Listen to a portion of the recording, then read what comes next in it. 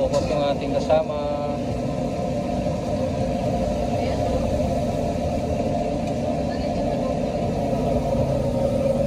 Ito yung korsalang namin eh.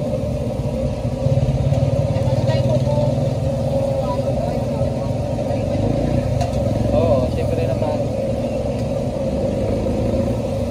Puti pa, hindi mabilis na umitim. Ganda yung coco oil.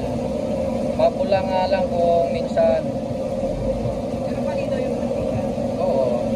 Pangalawang beses na yan. Oo. Yan si kapag pagod sa biyahe. Back to reality. Galing sa Pangasinan. Oo. Kailangan maluto na yan. Kaya marami na naghihintay. Oo, marami na naghihintay. Wala pa tayong naluto.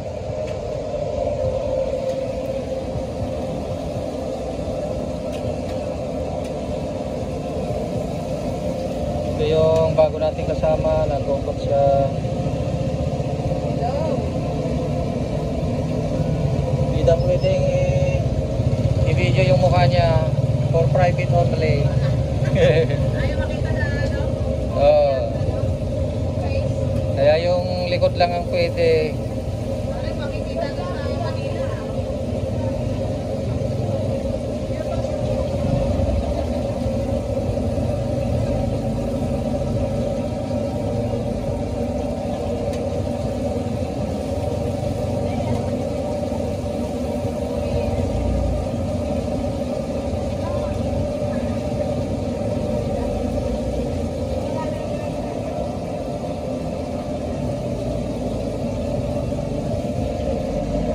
Habang nagkukot, ayan o.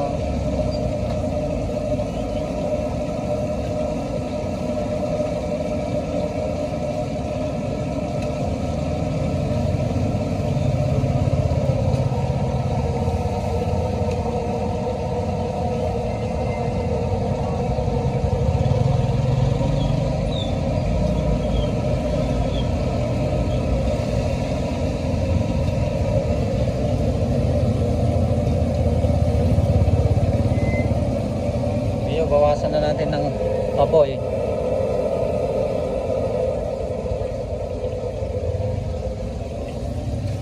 Malapit nang maluto yan. Lalo na kung maraming nag-aantay, rush na yan. Hindi abutin ng 8 minutes yan.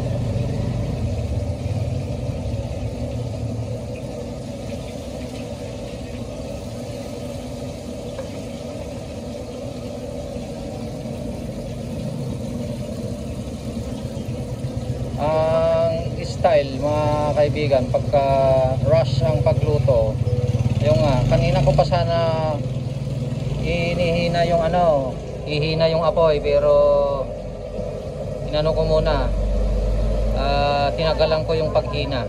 Ayan o, medyo malakas pa yung apoy, at saka talagang malakas kanina yung apoy. Yan, nilagay ko sa medium. Yan.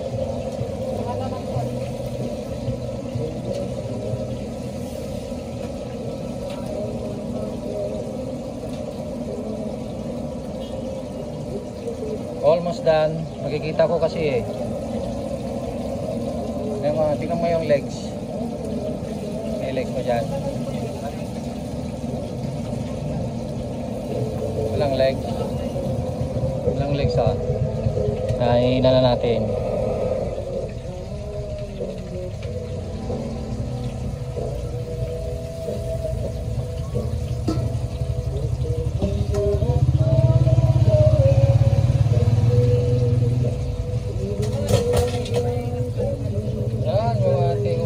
Salang oh, ganda.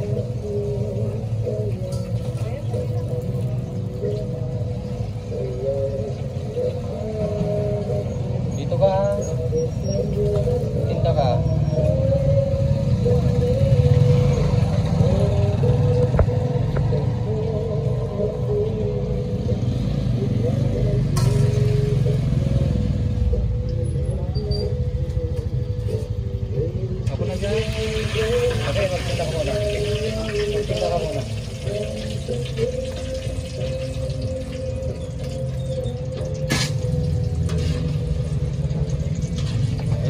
na natin kagad.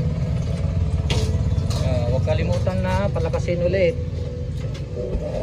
Yan o, malakas na ulit o. Saka natin salang.